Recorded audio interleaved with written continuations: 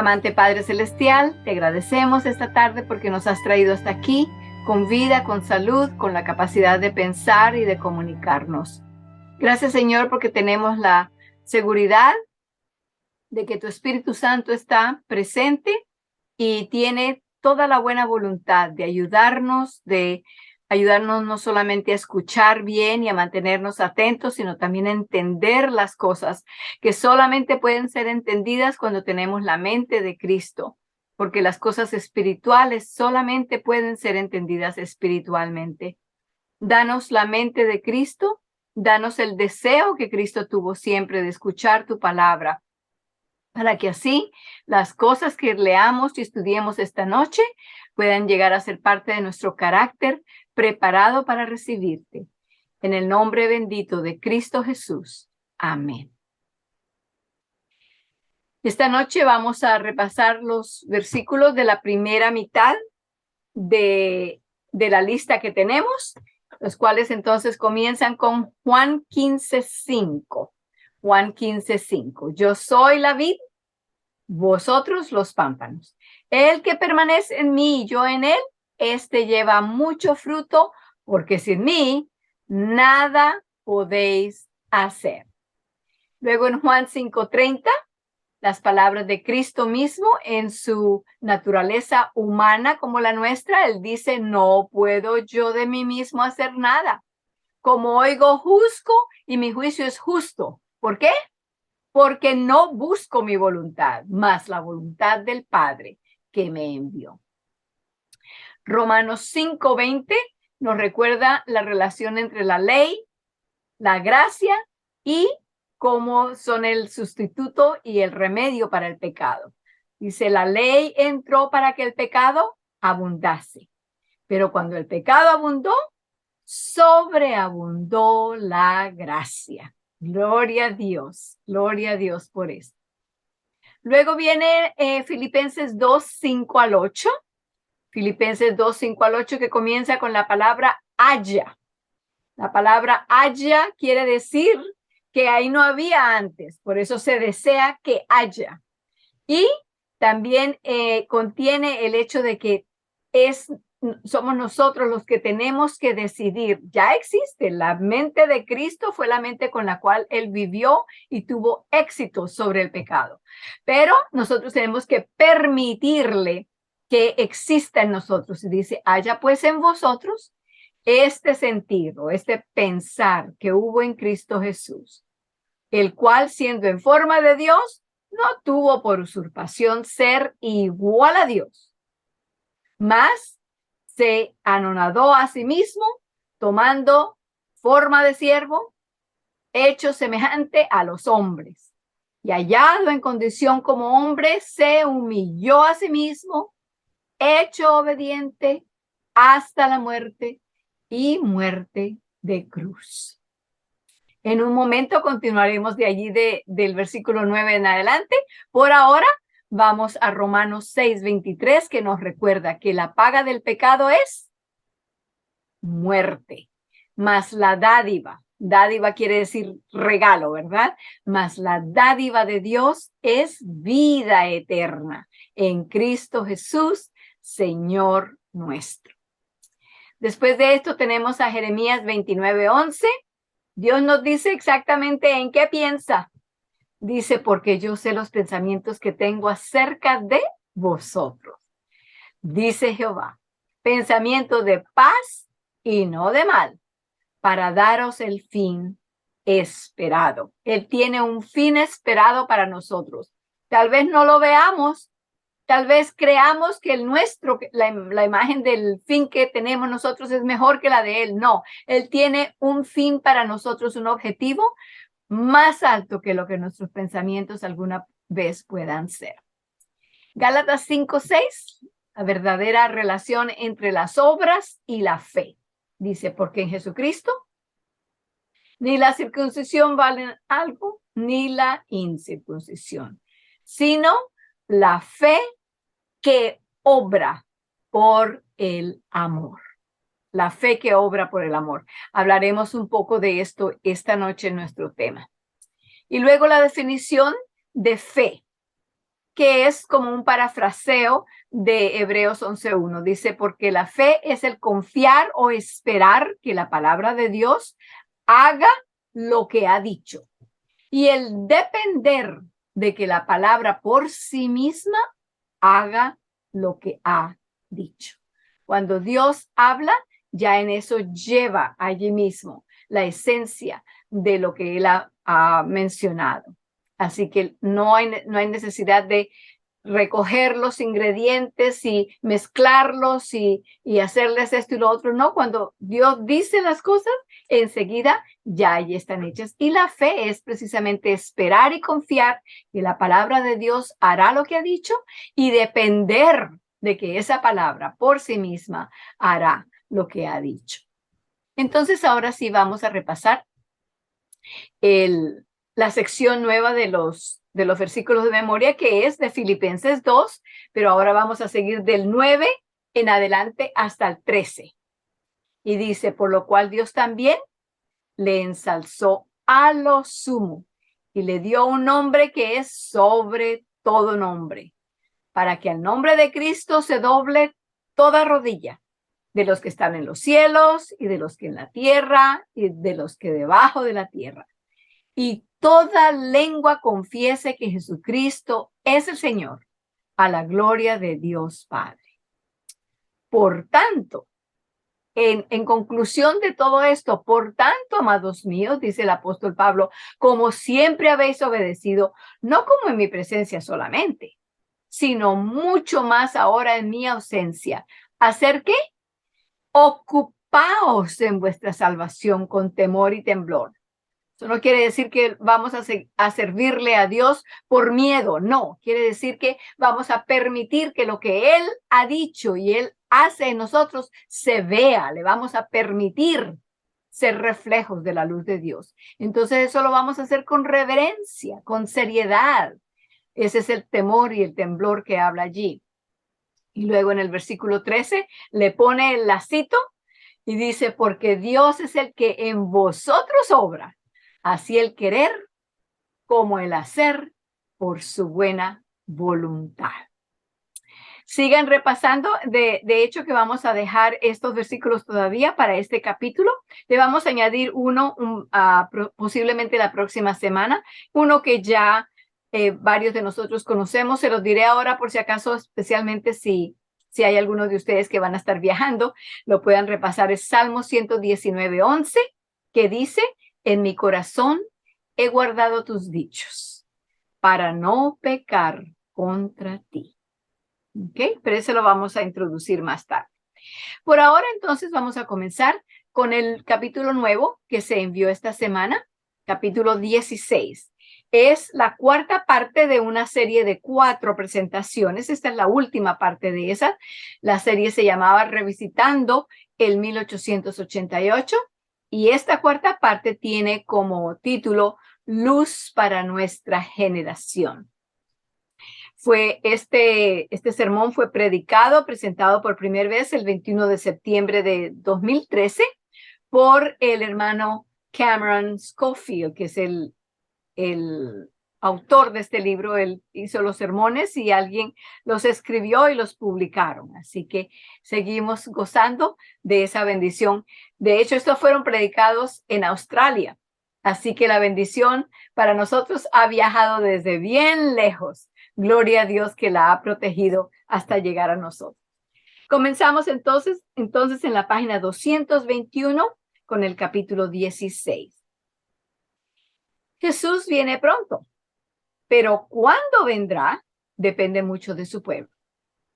Se nos ha dicho que Cristo espera con un deseo anhelante la manifestación de sí mismo en su iglesia.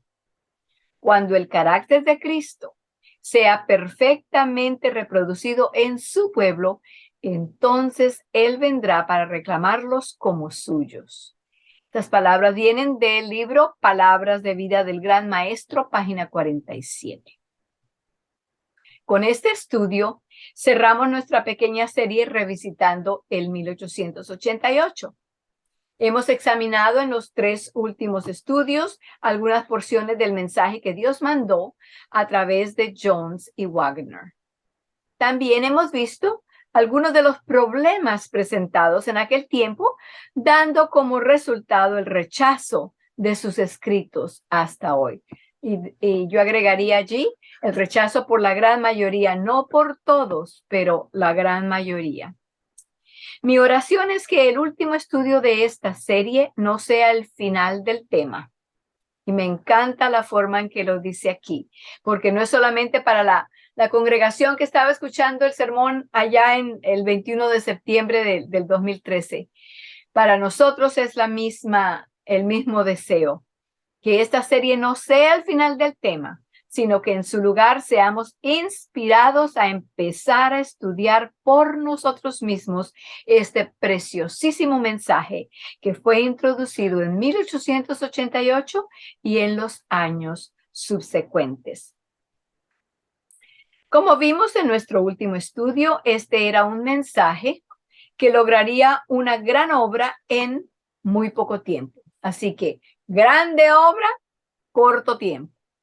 Yo creo que el testimonio que Alonzo T. Jones dio en 1893 tiene mucho poder. Me refiero al testimonio de aquella hermana en la iglesia que mirándose a sí misma y viendo la condición de la iglesia pensaba, ¿cómo vamos a estar preparados alguna vez para la venida de Cristo?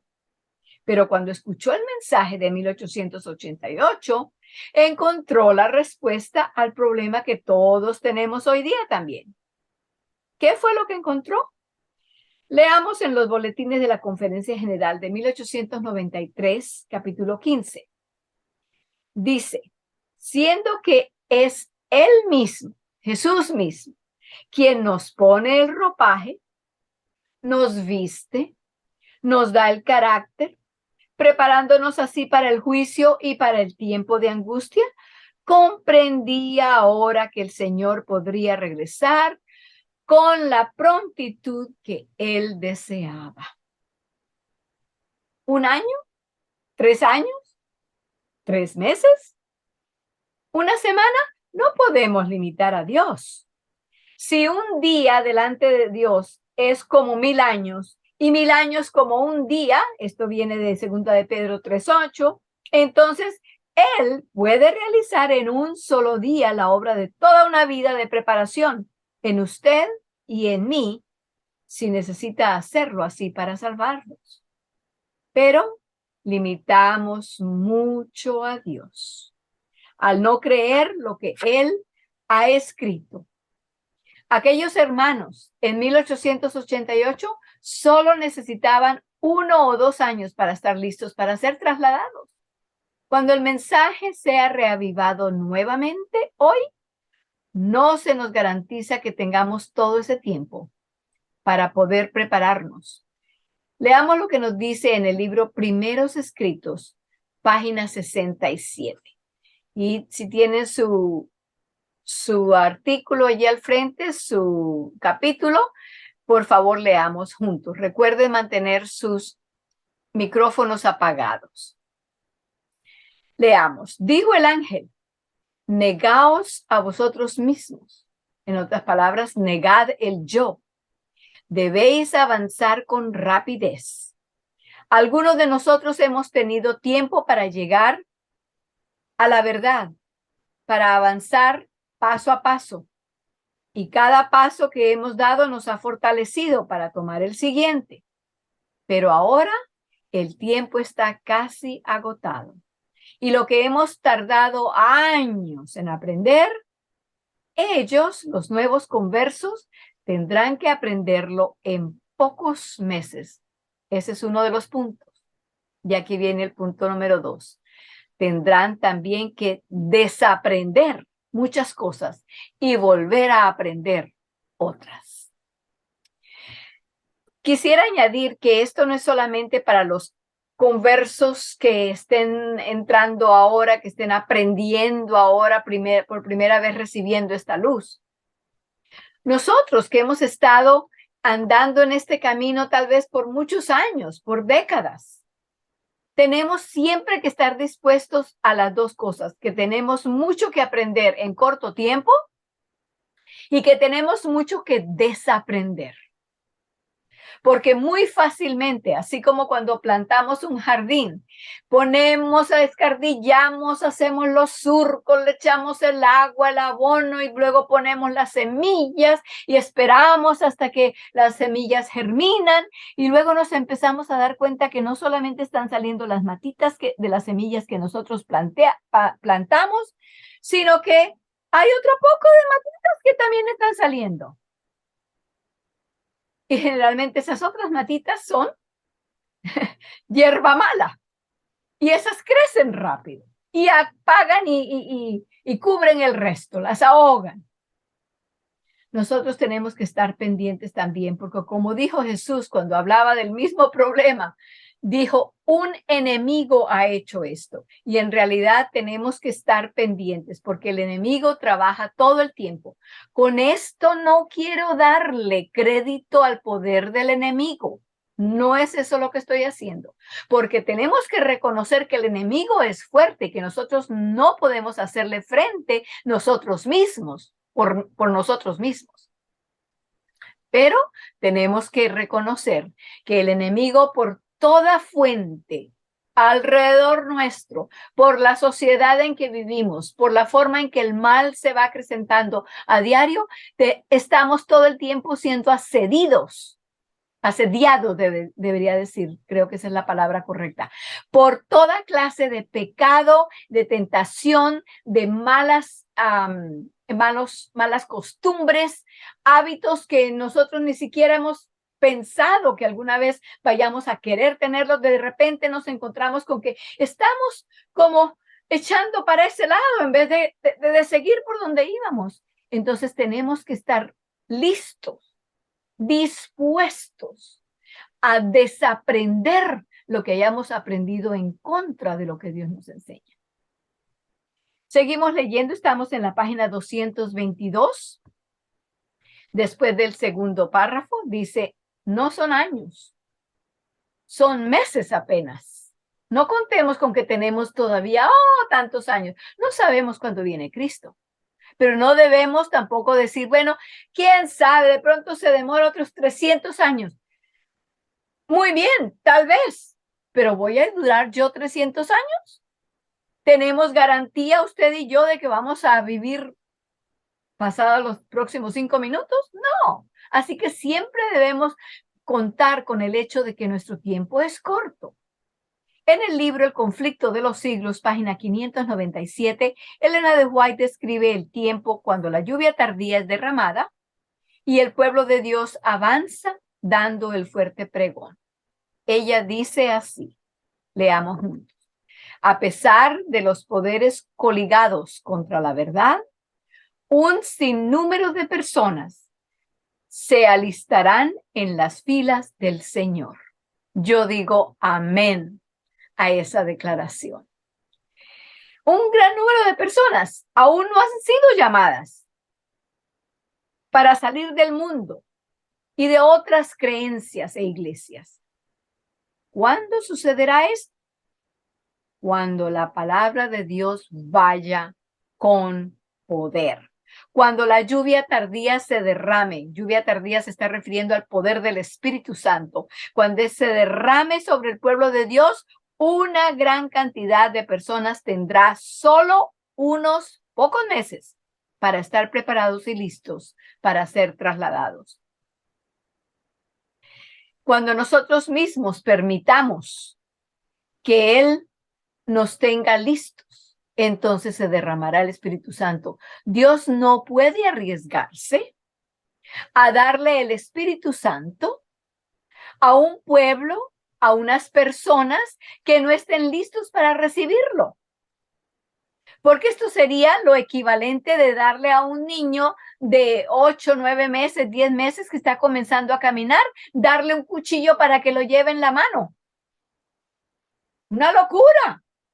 Dios no puede darnos ese poder de dinamita del Espíritu Santo si no estamos listos para saber cómo usarlo. Cómo permitir que nos use a nosotros en vez de tratar nosotros de usar al poder.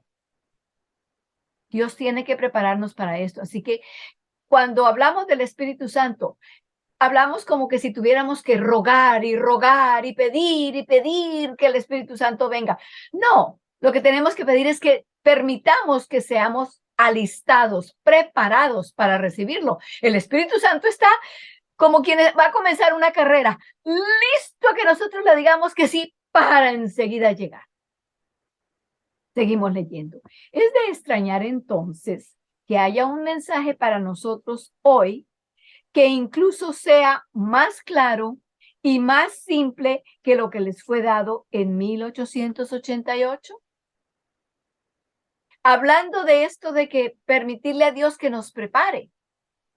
Vamos a leer las palabras que Cristo les dijo a los seguidores de Dios en el tiempo en que él estuvo aquí. Esas palabras se encuentran en el libro de Mateo, en el Nuevo Testamento, el primer libro, Mateo capítulo 23. Mateo 23, versículo 15. Cristo estaba mirando y observando cómo los dirigentes espirituales de su día estaban tan lejos y estaban llevando al pueblo tan lejos de la meta y el objetivo que Dios tenía para ellos, completamente fuera de lo que la palabra de Dios quería hacer en ellos. Tanto sería que Cristo proclama unos ayes. Ustedes saben lo que son los ayes, ¿verdad? Cuando tenemos una situación difícil o nos duele algo mucho, estamos, ay, ay, ay, ay, ay. Así estaba Cristo, quejándose del dolor. La hermana Cristina sabe lo que es eso, ¿verdad? Con su hombro. En el versículo 15 dice, ay de vosotros, escribas y fariseos, hipócritas. ¿Por qué los llama hipócritas? Ahí está la razón. Dice, porque rodeáis la mar y la tierra para hacer un prosélito. Prosélito es una persona convertida. Para llevar el mensaje, viajan hasta el otro lado del mundo. El mar lo rodean todo. ¿Y qué sucede luego? Y cuando fuere hecho, cuando hubieran conseguido una persona y hubieran compartido con ella el evangelio, las buenas nuevas de Jesucristo y de su sacrificio y de todo aquello, no les están predicando lo que tendrían que haber estado predicando, las buenas nuevas de Jesucristo y del sacrificio, no que estaban predicando, que ellos tenían que hacer esto y hacían lo otro y que tenían que cumplir aquí, cumplir allá. Y hacían demostrar a Dios como un monstruo, peor que el peor monstruo de los siglos. Y dice él, lo que están haciendo es que lo hacen hijo del infierno, doble más que vosotros. Si estos eran los dirigentes del pueblo de Dios, que deberían haber sabido mejor, que deberían haber estado entregados a Dios para que hubieran podido ser usados en la manera correcta con el mensaje de Dios, con el evangelio de Dios. ¿Qué se esperaba del resto? No señalemos de a mucho porque nosotros podemos estarnos mirando en ese mismo espejo. ¿Qué estamos haciendo? Estamos dispuestos a hacer aquí y a hacer allá y a predicar aquí y a predicar allá y a hacer una reunión por acá. ¿Y qué estamos haciendo? ¿Estamos verdaderamente predicando el evangelio correcto? ¿El evangelio de la Biblia? Como lo enseña la Biblia, no como querramos nosotros torcerlo a nuestra propia manera. El evangelio que deberíamos conocer bien o apenas estamos llevando la superficie y creemos que ya con eso ya está bien. Tenemos que ahondarnos, llegar hasta el fondo, llegar donde Dios tiene todas esas gemas, que las tiene listas para nosotros. Que tengamos cuidado de que Dios no esté esperando que nosotros podamos estar listos y no puede traer al resto de la población, al resto de los que lo están esperando para conocer las buenas nuevas y no puede traerlos porque nosotros, los que nos llamamos hijos de Dios, no estamos listos y vamos a terminar echando a perder a los nuevos conversos.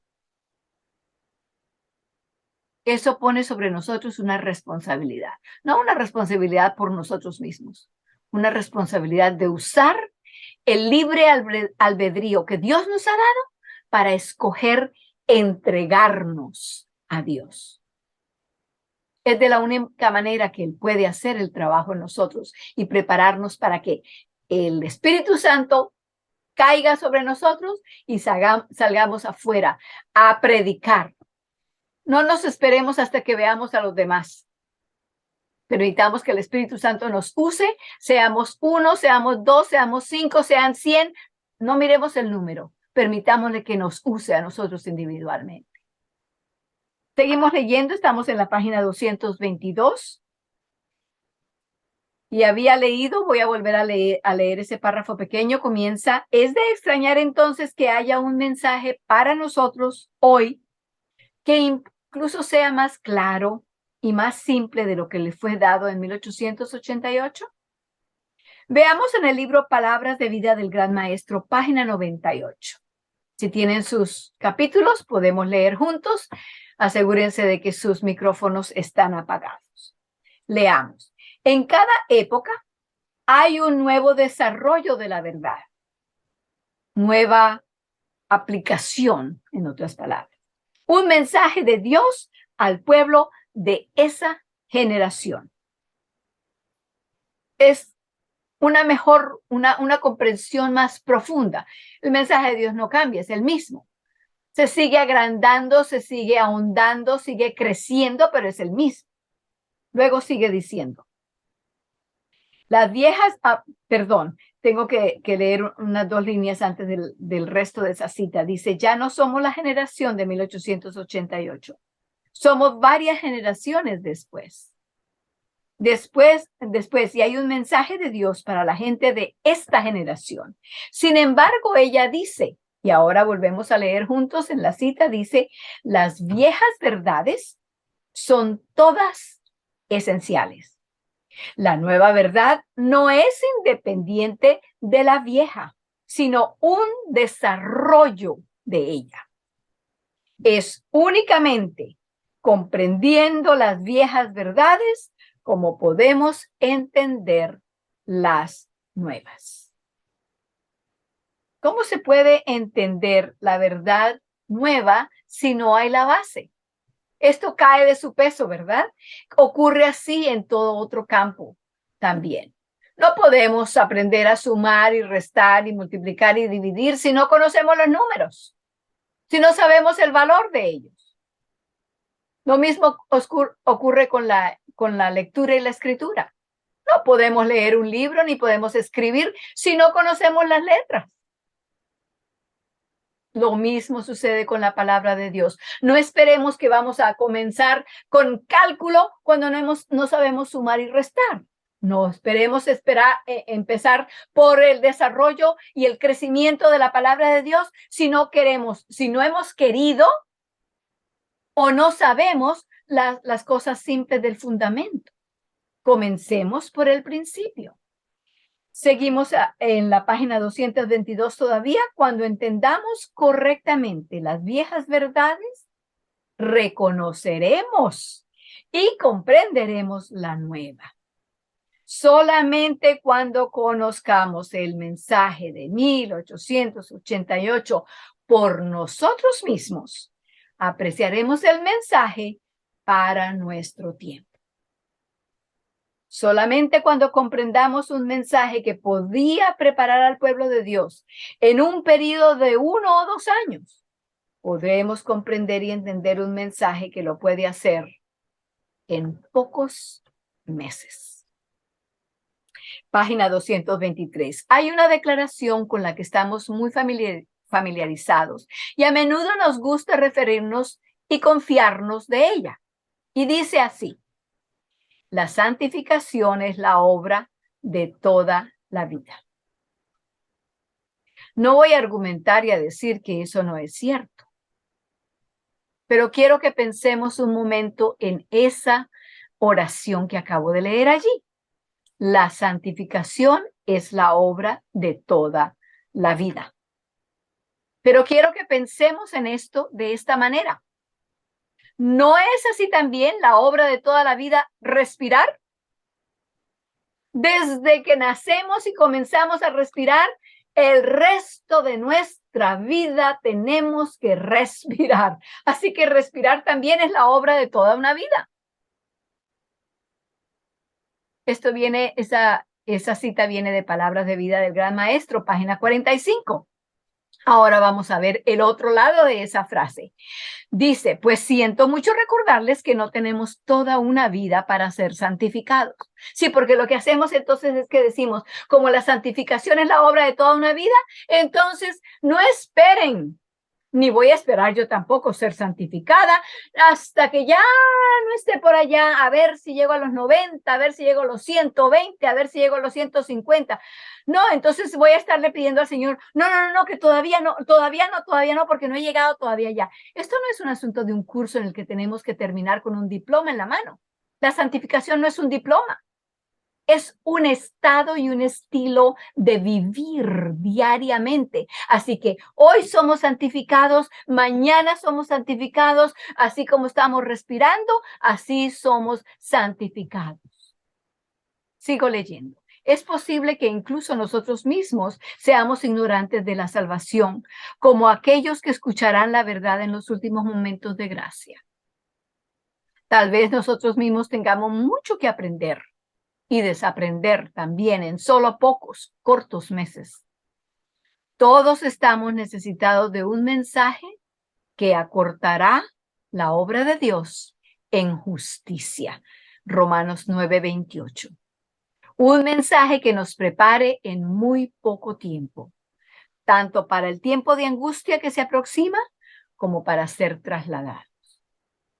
Quisiera también agregar algo más allí, otro pensamiento, una idea más, un lado más de esto. Porque si vivimos con la idea de que la santificación es algo que vamos a alcanzar allá en el futuro, la tendencia humana es de que lo vamos a dejar para más tarde. Aquí en los Estados Unidos hay, y todo el mundo lo sabe, hay que entregar las cuentas de los impuestos el día 15 de abril de cada año. ¿Y cuántos millones de personas se esperan? Y a veces puedo decir, nos esperamos hasta el 13, el 14, el 15 por la mañana o bien por la tarde, corriendo antes de que cierren la oficina postal. Esa es la tendencia de procrastinar, de dejar para después, de aplazar. No tengo todavía tiempo, así que voy a hacer esto primero. No pensemos entonces en la santidad de esa manera, porque nunca le vamos a dar entrada. No va a haber cabida, no va a haber lugar en nuestro horario para eso. Y no tenemos garantía de que vamos a vivir. Si estamos pensando, bueno, al paso que voy a alcanzar la santidad por ahí dentro de unos 5 años. ¿Y qué pasa si nos morimos mañana? No, vuelvo a repetir, la santidad es como la respiración, es ser santos todos los días, todos los días. Dios es el que nos santifica. Él tiene el poder de hacerlo. Permitámoselo. Un mensaje que nos prepare en muy poco tiempo, tanto para el tiempo de angustia que se aproxima como para ser trasladado. Me gustaría hacer un repaso rápido de los últimos estudios y para esto leamos las siguientes 2 citas de la hermana White. Fe y Obras, página 16. Aquí viene la primera cita. Dice, ¿podemos leer juntos? No hay un punto que precisa ser considerado con más fervor, repetido con más frecuencia o establecido con más firmeza en la mente de todos que la imposibilidad de que el hombre caído haga mérito alguno por sus propias obras, por buenas que éstas sean. ¿Qué es lo que hay que entender de esto? Que este es un punto que precisa ser considerado con más fervor, repetido con más frecuencia y establecido con más firmeza en la mente de todos. Hace 2 semanas leímos que en 1888 Dios tuvo que enviar a la iglesia un mensaje para romper con la mentalidad de la ley, la ley, la ley. Elena de White dice que la iglesia había predicado la ley hasta estar tan secos como las colinas de Gilboa. Así que Dios envió a Elliot Waggoner a traernos la verdad acerca de la ley, tal como se muestra en la carta a los Gálatas, que la ley fue añadida o agregada. ¿Qué quiere decir eso? Eso no quiere decir que no había ley antes, no, porque la ley hemos estudiado, ya entendemos bien, la ley es un transcrito del carácter de Dios. Es el carácter de Dios escrito, puesto por escrito. Dios existe desde la eternidad pasada hasta la eternidad futura, así que la ley siempre existía. Y cuando se habla de haberla añadido, la añadió en forma escrita. No existía escrita antes de eso, pero existía la ley ya en la conciencia de las personas y los padres le enseñaban a los hijos y los hijos a sus hijos y así iba de generación en generación. Sigo leyendo que la ley fue añadida o agregada, ya que el hombre había tomado la ley de Dios como un mandato cuando Dios lo había dado como una promesa. Cuando te dan un mandato, te están diciendo tú tienes que hacerlo. Pero cuando te hacen una promesa, quiere decir que la persona lo hará. O lo hará en ti en el caso de Dios. Sigo leyendo. La razón misma por la cual Dios dio la ley fue para mostrarnos la imposibilidad de guardarla por nosotros mismos y crear en nosotros un sentido de incompetencia y de necesidad que nos llevaría a buscar a Dios como el único que podría obrar en nosotros el cumplimiento de su propia ley. El párrafo que estábamos citando arriba, de fe y obras, termina diciendo lo siguiente: la salvación es solamente por fe en Cristo Jesús. No hay salvación en lo que nosotros hagamos. Si nosotros pudiéramos salvarnos por nosotros mismos, o si nuestras obras nos salvaran, entonces Cristo no hubiera tenido que venir. ¿A qué vino si nosotros hubiéramos podido? Y si pensamos que podemos por nuestras obras, ¿qué es lo que estamos haciendo? Estamos diciendo, anulo lo que Cristo hizo, eso no sirvió de nada. Vino para nada, yo no lo necesitaba. Estamos poniendo un sello de expiración. Se acabó, eso no se necesitó. Por consiguiente, la salvación es solamente a través de la fe en Jesucristo. Leamos esta otra cita tomada de Review and Herald del 18 de octubre de 1898, párrafo 7, que hace eco de nuestro último estudio. Podemos leer juntos: el conocimiento de lo que significa la Escritura, cuando nos incita a la necesidad de cultivar la fe, es más esencial que cualquier otro conocimiento que se pueda adquirir. Sufrimos mucha dificultad y pena a causa de nuestra incredulidad y nuestra ignorancia de cómo ejercer la fe. Debemos abrir paso por entre las nubes de incredulidad. No podemos tener una experiencia cristiana saludable, no podemos obedecer el evangelio para la salvación hasta que la ciencia de la fe se comprenda mejor. Página 224. Así que esto tiene que permanecer constantemente en nosotros, considerado fervientemente, ser repetido con frecuencia y establecido con firmeza en la mente de todos, que no podemos guardar la ley, no por nosotros mismos o por nuestros propios méritos, no con nuestras propias fuerzas, ni aún con nuestras más perfectas obras.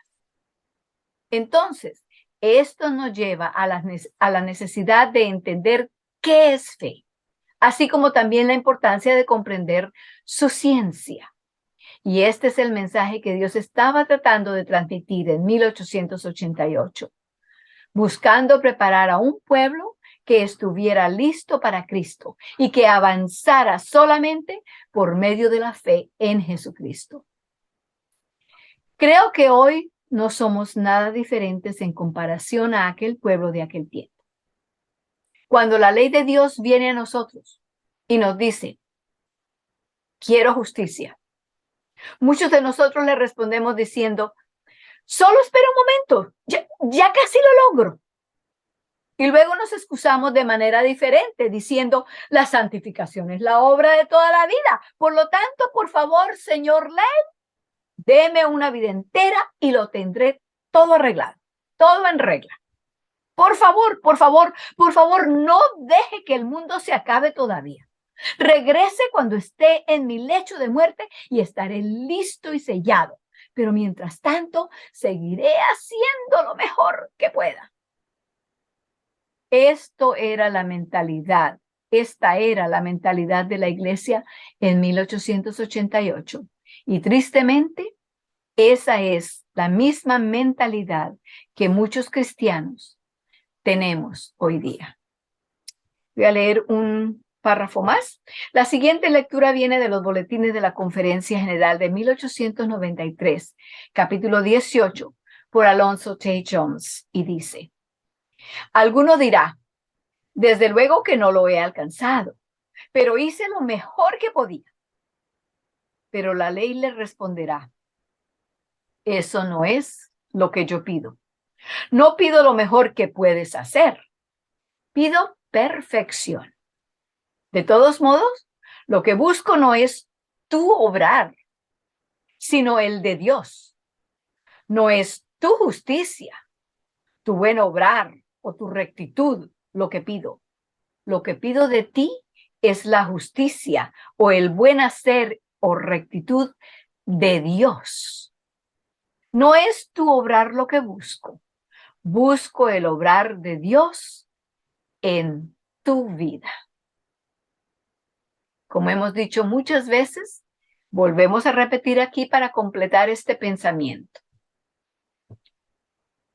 La ley busca en nosotros el obrar de Dios en nuestras vidas. Y eso ocurre porque Dios tiene el poder para hacerlo, pero ocurre en nosotros cuando nosotros se lo permitimos. Cuando creemos que Él lo puede hacer, entonces nos encontramos con que felizmente sí puede. Si no lo ha hecho es porque no se lo hemos permitido. No hemos creído. Oh, no, esto lo tengo que hacer yo porque de todos modos, yo soy la que sé cómo es. Yo que me conozco a mí misma, yo sé. No. Tiene que ser la justicia de Dios, el buen obrar, la rectitud de Dios en nosotros. Eso es lo que satisfará a la ley. Seguiremos este concepto tan bello, tan interesante, tan importante la próxima semana. Regresen, repasen lo que hemos estudiado, lean el capítulo entero, no hay problema, por favor. Así cada vez que lo leemos, entendemos más, aprendemos más, recordamos más y escuchamos las cosas que necesitamos para nuestra propia vida más claramente. Les invito a que nos postremos de rodillas para orar.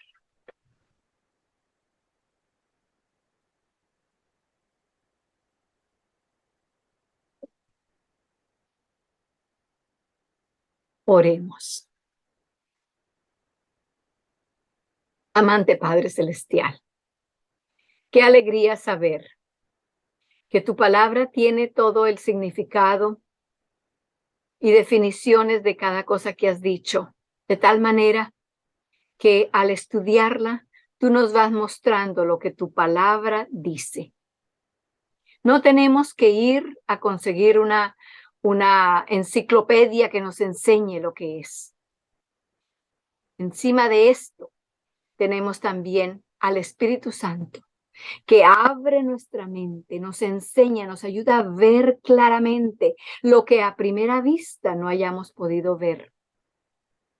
Gracias, Señor, porque has puesto todos los medios a nuestro alcance para que podamos saber de ti, conocerte a ti y saber el plan que tú tienes para nuestras vidas.